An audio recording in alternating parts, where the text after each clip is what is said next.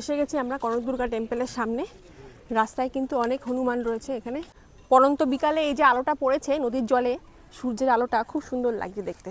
Non AC semi deluxe room. এই হচ্ছে ঝাড়গ্রাম রাজবাড়ির গেটটা। এর ভেতরে যাওয়া যাবে না, আমরা দেখতে পারবো না। নদী ক্রস করে আমাদের যেতে হবে চিল্কিগড় রাজবাড়ির সামনে। ওরা কিভাবে নাচ গান করতো সেরকমভাবে দেখানো রয়েছে এখানে। খুব সুন্দরভাবে এখানে ঢোল বাজানো হচ্ছে আর এখানে সাঁওতালি মহিলারা নাচছেন। এই গায়ে দাগগুলোকে স্পটেড ডিয়ার বলে। আমাদের মোটামুটি 4টে প্রপার্টি আছে এই মুহূর্তে।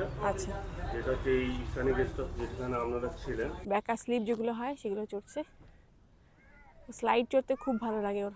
একসময় সন্ত্রাসবাদীদের আখড়া হিসেবে পরিচিতি পাওয়া এই জঙ্গলমহলে আজ পর্যটকদের সমাহার। বৃষ্টির দিনে বেড়ানোর আদর্শ জায়গা। অরণ্যের সাথে সাথে এখানে আছে পাহাড়, নদী এবং জলপ্রপাত।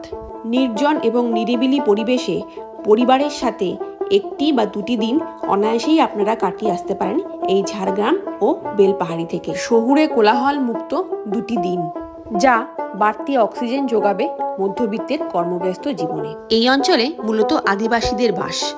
তাদের মধ্যে বেশিরভাগ মানুষই পাথর কেটে থালাবাটি, বাসন ইত্যাদি জিনিসপত্র তৈরি করেন। কিছু মানুষ আছেন চাষাবাদে। মাঝে মধ্যেই তারা নিজেদের মধ্যে মেতে ওঠেন উৎসবে। বেজে ওঠে ধামসা মাদল, শুরু হয় নাচ গান। সপ্তাহান্তের ছুটিতে প্রকৃতির কোলে দুদিন কাটাতে আমিও আমার পরিবার নিয়ে চলে গিয়েছিলাম ঝাড়গ্রাম এবং বেলপাহাড়িতে নিজেদের গাড়ি নিয়ে। কিভাবে আমরা কলকাতা থেকে ঝাড়গ্রাম পৌঁছালাম আমাদের নিজেদের গাড়িতে, তার ডিটেলস ভিডিও আমার এই ঝাড়গ্রাম সিরিজের আগের ব্লগে আপনারা পেয়ে যাবেন। আর ট্রেন অথবা বাসে করে ঝাড়গ্রাম আসতে চাইলে কিভাবে আসবেন তার ডিটেলসও আমার আগের ভিডিওতে রয়েছে। আজকের পর্বে আমি আপনাদের সাথে শেয়ার করব ঝাড়গ্রাম এসে আমরা কোথায় স্টে করলাম, এখানে এসে আমরা কি কি সাইট সিন করলাম তার সমস্ত কিছু। তো চলুন ভিডিওটি শুরু করা যাক ঠিক এখন থেকে। ঝাড়গ্রাম পৌঁছে আমরা ঈশানী গেস্ট হাউসে উঠেছিলাম, যেটি ঝাড়গ্রাম স্টেশন থেকে মাত্র 600 মিটার দূরত্বে অবস্থিত। এক্স্যাক্ট লোকেশন হলো নতুন দিঘি লোকাল বোর্ড। আমরা দুদিনের জন্য দুটি রুম নিয়েছিলাম। দেখুন, এটি হচ্ছে ডিলাক্স রুম, নন এসি। একটি কিং সাইজ বেড ছিল যেখানে 3 জন অ্যাডাল্ট আরাম করে শুতে পারবে। ফেব্রুয়ারি মাসে শেষের দিকে গিয়েছিলাম বলে আমাদের এসির প্রয়োজন হয়নি, খোলামেলা ছিল বেশ। আর বাথরুমটাও ছিল বেশ নিট অ্যান্ড ক্লিন। সাথে একটা ব্যালকনি ছিল যেখান থেকে দেখুন কত অপূর্ব সুন্দর একটা জঙ্গলের ভিউ পাওয়া যাচ্ছে। এটা হলো আমাদের আরেকটা রুম। দেখুন সম্পূর্ণ একই ফেসিলিটি যেমন আগের রুমটা দেখালাম। ফল সিলিং করা রয়েছে, একটি কিং সাইজের বেড রয়েছে, টিভি রয়েছে, সোফা রয়েছে, একটি বাথরুম এবং একটি ব্যালকনিও রয়েছে। এই হোটেলের এক একটা রুম আমাদের পার ডে 950 টাকা করে পড়েছিল। আমরা অনলাইনে বুক করেছিলাম। আপনারা চাইলে হোটেলে ফোন করেও বুকিং করতে পারেন। এছাড়াও ঝাড়গ্রাম স্টেশন থেকে মাত্র 700 মিটার দূরত্বে অবস্থিত একটি লোকেশন হলো ঘোড়াধরা, যেখানে ডিএম বাংলোর কাছে 5টা গেস্ট হাউস আপনারা একসাথে পেয়ে যাবেন।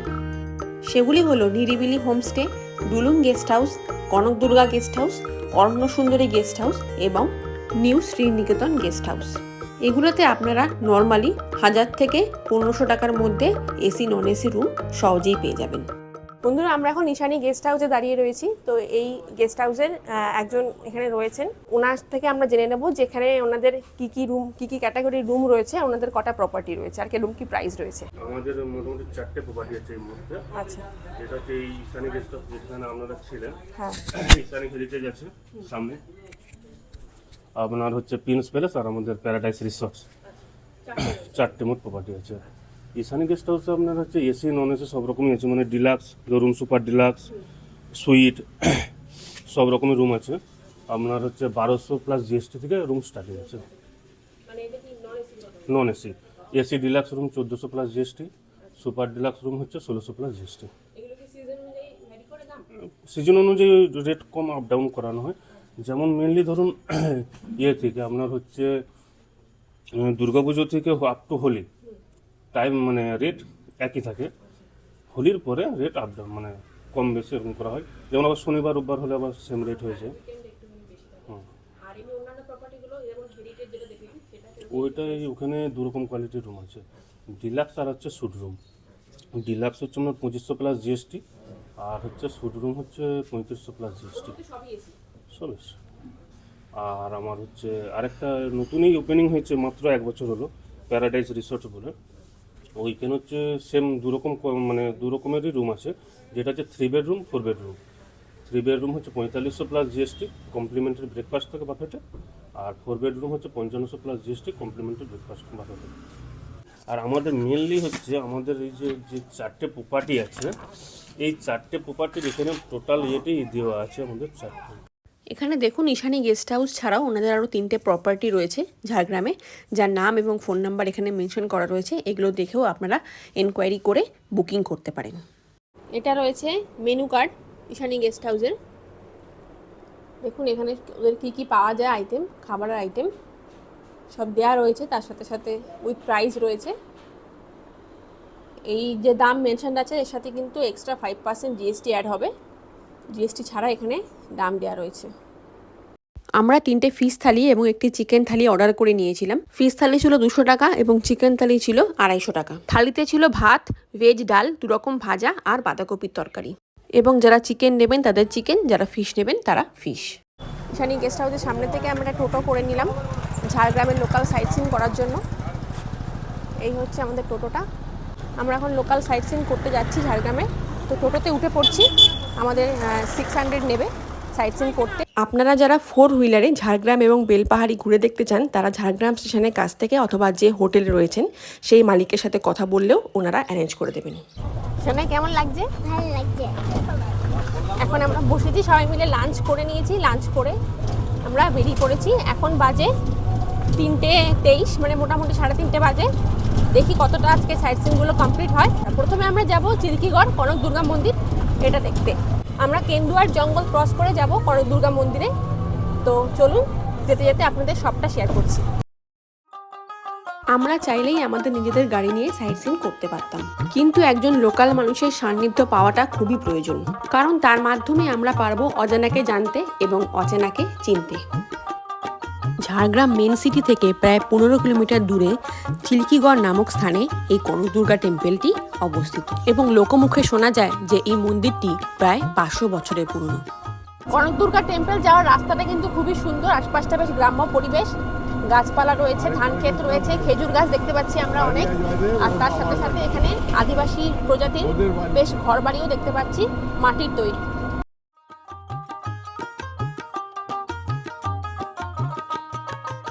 ঝাড়গ্রামের জাম্বনি ব্লকের ছোট্ট একটি প্রত্যন্ত গ্রাম হলো কেন্দুয়া। এই কেন্দুয়া গ্রামের রাস্তার ধারে, পুকুর পাড়ে এবং প্রতিটি গেরস্থের আঙিনায় দেখা যায় তেঁতুল গাছ। এবং প্রতি বছর বর্ষার শুরুতে এই তেঁতুল গাছেই সাইবেরিয়া থেকে আগত পরিযায়ী পাখি শামুক খোল এসে ডিম পাড়ে। এই পরিযায়ী পাখিদের দেখার জন্যই মূলত পর্যটকেরা বর্ষার আশেপাশে এই কেন্দুয়া গ্রামে ভিড় করে থাকেন। কেন্দুয়ার জঙ্গলের মধ্যে দিয়ে যেতে যেতে হঠাৎ করেই আমাদের টোটোদাদা দেখালেন একটি অদ্ভুত গাছের দিকে, যে গাছের পাতা নেই, সাপের মতো জড়িয়ে ওপরের দিকে উঠে গেছে এবং অন্যান্য গাছের সাথে জড়িয়ে রয়েছে। একটি অদ্ভুত দৃশ্য। কেন্দুয়ার জঙ্গল পেরিয়ে আর কিছুক্ষণের মধ্যে আমরা ঢুকে পড়লাম কনক দুর্গা মন্দিরের এই গেট থেকে। এখান থেকে মূল মন্দিরে পৌঁছাতে আপনাদের হেঁটে 5 থেকে 10 মিনিট মতো সময় লাগবে। দেখুন বন্ধুরা, আমরা এই দাদার টোটোতে ঘুরছি, ঝাড়গ্রামের লোকাল সাইট সিন করছি। এটাই হচ্ছে প্রথম এলাম আমরা কনক দুর্গা টেম্পল দেখার জন্য ঝাড়গ্রামের। তো উনি খুব ভালোভাবেই আপনাদের ঘুরিয়ে দেবেন সমস্ত সাইট সিন। আপনারা আসলে ঝাড়গ্রামে এই দাদার সাথে ঘুরতে পারেন। দাদার কন্ট্যাক্ট নাম্বার আর নাম উনি শেয়ার করে দিচ্ছেন। 9933592843। আপনার নাম? বাপ্পা সেতুয়া। টেম্পেলে ঢোকার মুখেই রয়েছে একটি বিশাল বড় পার্কিং এরিয়া, যেখানে আপনারা আপনাদের গাড়ি পার্ক করে তারপরে চলে যেতে পারবেন মন্দিরের উদ্দেশ্যে। রাস্তার দুপাশে দেখুন অনেক ঔষধি বৃক্ষ রয়েছে, যে সমস্ত বৃক্ষের পাতা ওষুধ তৈরিতে কাজে লাগে। এসে গেছি আমরা কনক দুর্গা টেম্পলের সামনে। রাস্তায় কিন্তু অনেক হনুমান রয়েছে এখানে আসার পথে। সাথে খাবার থাকলে ওরা অ্যাটাক করবে, না হলে না। প্রায় 500 বছরের পুরনো এই দুর্গা মন্দিরটি চিল্কিগড়ের সামন্ত রাজা গোপীনাথ সিংহ তৈরি করেছিলেন। জনশ্রুতি আছে রানীমা সোনার কাকন ও বালা গলিয়ে দেবীর মূর্তি তৈরি করা হয়েছিল। তাই এই দেবীর নাম কনক দুর্গা। মূল মূর্তিটি 1960 সালে চুরি হয়ে যায় এবং তারপর বর্তমানে একটি অষ্টধাতুর মূর্তির পূজা করা হয়। এই মন্দিরে কিন্তু পূর্বে নরবলি দেওয়া হতো। এখন প্রতি বছর দুর্গাপুজোয় অষ্টমীর দিনে এখানে মোষের বলি দেওয়া হয়। মন্দিরের একদম ভেতরে মানে মন্দিরের গর্ভগৃহে ক্যামেরা অ্যালাউ নেই বলে আপনাদের ভিডিও করে দেখাতে পারলাম না, বাইরেটা দেখালাম। এটা হচ্ছে যজ্ঞের স্থান, আর ওই দিকটা দেখালাম, ওটা হচ্ছে বলি দেওয়ার স্থান। তাছাড়া এইখানে মন্দির থেকে বেরিয়ে এই হচ্ছে মন্দির। মন্দিরের বাঁ হাতে রয়েছে ডুলুং নদী। এখন আমরা ডুলুং নদীটা দেখতে যাব। এসে গেছি আমরা ডুলুং রিভারের সামনে। স্বচ্ছ জল, পরিষ্কার বেশ লাগছে দূর থেকে। মেঠো সিঁড়ি করা রয়েছে এখানে। ঝাড়গ্রামের একটি অত্যন্ত গুরুত্বপূর্ণ নদী হলো এই ডুলুং নদী, যা বর্ষার জলে পুষ্ট। এটি জামবনি ও চিল্কিগড়ের মধ্য দিয়ে প্রবাহিত হয়ে সুবর্ণরেখায় মিশেছে। প্রধানত শান্ত হলেও বর্ষাকালে এই নদীটি দুকুল ছাপিয়ে বন্যা পরিস্থিতি সৃষ্টি করে। আস্তে আস্তে জলটা একদিক থেকে একদিকে যাচ্ছে, খুবই সুন্দর লাগছে এখন। পরন্ত বিকালে এই যে আলোটা পড়েছে নদীর জলে, সূর্যের আলোটা খুব সুন্দর লাগছে দেখতে।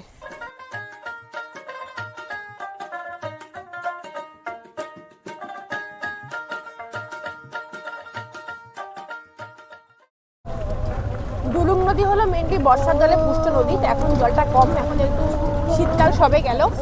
এই যে নদী, এই নদীর ওপর দিয়ে আমরা এখন এগিয়ে যাচ্ছি চিল্কিগড় রাজবাড়ির দিকে। এখন কিন্তু জলটা খুবই কম রয়েছে নদীতে। দেখুন এই নদীটার ওপরে যে ব্রিজটা বানানো রয়েছে সেটার ওপর দিয়ে আমরা এখন এগিয়ে যাচ্ছি। ডুলুং নদী এবং কনক দুর্গা মন্দিরের থেকে মাত্র 600 মিটার দূরত্বে অবস্থিত জামবনি ব্লকের অন্যতম আরেকটি গুরুত্বপূর্ণ দর্শনীয় স্থান হলো চিল্কিগড়ের রাজবাড়ি। এসে গেছি আমরা নেক্সট সাইট সিনে আমাদের চিল্কিগড় রাজবাড়ি। ওই যে দূরে যেটা দেখতে পাচ্ছেন ওটা হচ্ছে চিল্কিগড় রাজবাড়ি। আর এখানে দুটো মন্দির রয়েছে, এখানে এই একটা মন্দির রয়েছে আর ওই একটা মন্দির রয়েছে। এখানে কিন্তু চড়ক পুজোর সময় মানে শিব পুজোর সময় খুব সুন্দরভাবে মেলা বসে। তো এখন আমরা রাজবাড়ির সামনেটা একটু যাচ্ছি, ভেতরে ঢোকার কোনো অনুমতি নেই। সামনে থেকে আপনাদের একবার দেখিয়ে দিই কিরকম লাগে। রাস্তার ওপরেই রয়েছে রাজবাড়ির প্রবেশের বড় তোরণদ্বার। ঢুকেই একটি উন্মুক্ত প্রান্তর, বাদিকে একটি প্রাচীন বৃহৎ অশ্বত্থ গাছ, তাতে অনেক টিয়া পাখির বাসা। আর তার পাশ থেকে একে একে চোখে পড়ল 3টি মন্দির। প্রধান ফটকের পাশের মন্দিরটি শিবালয়, তবে সবথেকে ছোট মন্দিরটি কোন দেবতাকে উৎসর্গ করা হয়েছে তা সঠিক জানতে পারলাম না। জগন্নাথ দেবের হলেও হতে পারে, কারণ রাজবাড়ির সামনে একটি সুবিশাল রথ রাখা রয়েছে।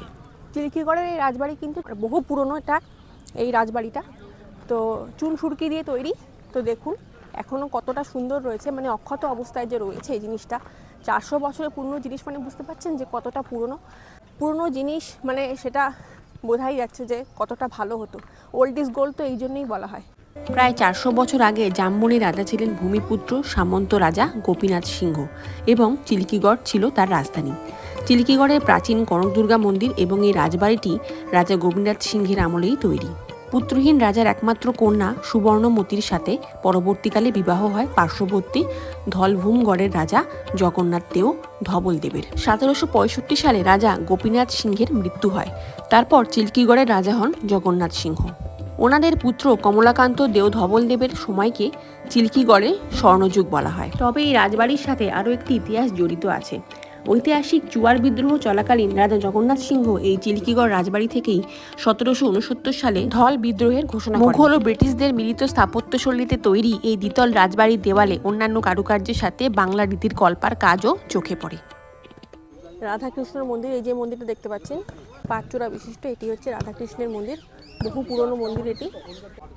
নারায়ণশিলা এবং রাধাকৃষ্ণর মূর্তি রয়েছে এই মন্দিরটায়। এরপর আবার ডুলুং নদীর ওপর দিয়ে আমরা 15 কিলোমিটার পথ পেরিয়ে ঝাড়গ্রাম মেন সিটিতে এসে চলে আসলাম ঝাড়গ্রাম প্রকৃতি পর্যটন কেন্দ্র এবং তার সংলগ্ন ট্রাইবাল ইন্টারপ্রিটেশন সেন্টার দেখার উদ্দেশ্যে। শালপিয়ালের জঙ্গলের মাঝে নিরিবিলি পরিবেশে গড়ে উঠেছে পশ্চিমবঙ্গ বন দপ্তরের বেশ কয়েকটি কটেজ। এখানে থাকার জন্য আপনাদের অনলাইন বুকিং করে তারপরে আসতে হবে। এবং তারই মাঝে গড়ে উঠেছে ট্রাইবাল ইন্টারপ্রিটেশন সেন্টার, যা জঙ্গলমহলের আদিবাসী জীবন, সংস্কৃতি এবং ঐতিহ্যের এক অপূর্ব নিদর্শন, যা সরকারি উদ্যোগে তৈরি। এটি শহরের কোলাহলমুক্ত পরিবেশে বোরোবাদ এলাকায় অবস্থিত। এই কেন্দ্রটিতে সাঁওতাল, লোধা, মুন্ডা, ভূমিজ ও শবর জনগোষ্ঠীর শিল্প, পোশাক, নৃত্য ও জীবনযাত্রার ছবি ও প্রত্নবস্তু নিদর্শিত হয়, যা স্থানীয় সংস্কৃতিকে তুলে ধরে। ঝাড়গ্রাম ট্রাইবাল মিউজিয়াম দেখার পর আমরা চলে এলাম ঝাড়গ্রামের প্রাণকেন্দ্র ঐতিহাসিক রাজবাড়ি দেখার উদ্দেশ্যে। ঝাড়গ্রাম রাজবাড়ি ঢুকতেই বাহাতে আপনারা দেখতে পেয়ে যাবেন পশ্চিমবঙ্গ পর্যটন উন্নয়ন নিগম পরিচালিত ঝাড়গ্রাম রাজবাড়ি পর্যটন কমপ্লেক্স বা ঝাড়গ্রাম রাজবাড়ি ট্যুরিজম প্রজেক্ট, যা ঝাড়গ্রামের অন্যতম সেরা আধুনিক এবং রাজকীয় পরিবেশের থাকার জায়গা। ঝাড়গ্রাম ঘুরতে এলে আপনারা এখানেও একটি দিন থাকতে পারেন। এর জন্য কিন্তু অগ্রিম অনলাইন বুকিং আপনাদের করে আসতে হবে। এই যে ঝাড়গ্রাম রাজবাড়ির সামনে এখন আমরা দাঁড়িয়ে রয়েছি, এটা হচ্ছে রাজবাড়ির গেট। এখানে সাধারণ মানুষের এন্ট্রি নেই, যদি আপনারা থাকেন কেউ এখানে অনলাইন বুকিং হয়, অনলাইন বুকিং করে আপনারা এখানে থাকতে পারেন। দেখুন এখানে লেখা রয়েছে the royal palace of Jhargram. এটা হচ্ছে তার ফটকটা, মানে গেটটা। আর এখানে লেখাই রয়েছে দেখুন, অনধিকার অনুপ্রবেশকারীদের বিরুদ্ধে আইনানুগ ব্যবস্থা গ্রহণ করা হবে। মানে এখানে কেউ ঢুকতে পারেন না, যদি কেউ থাকতে চান তাহলে অনলাইন বুকিং করে আপনাদের আসতে হবে। এটা হচ্ছে গেটটা, আপনাদের দেখিয়ে দিলাম।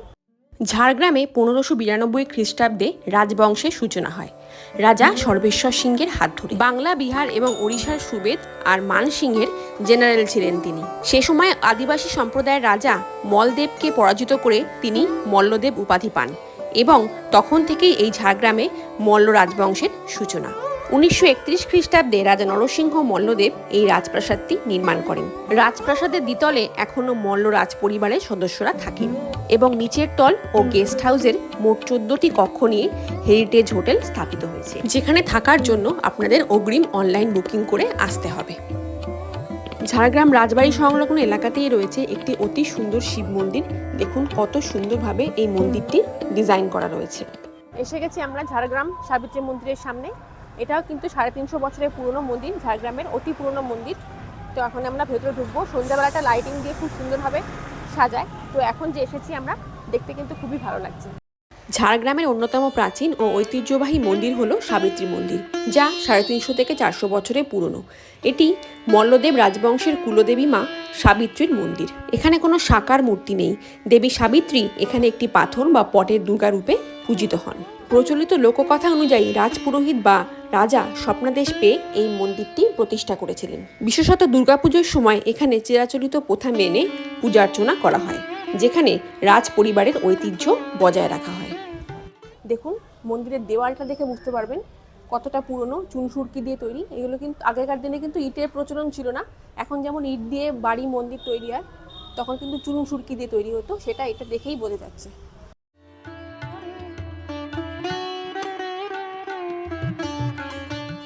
ঝাড়গ্রামের সাবিত্রী মন্দির দেখে আজকে আমাদের সাইট সিন আমরা কমপ্লিট করলাম।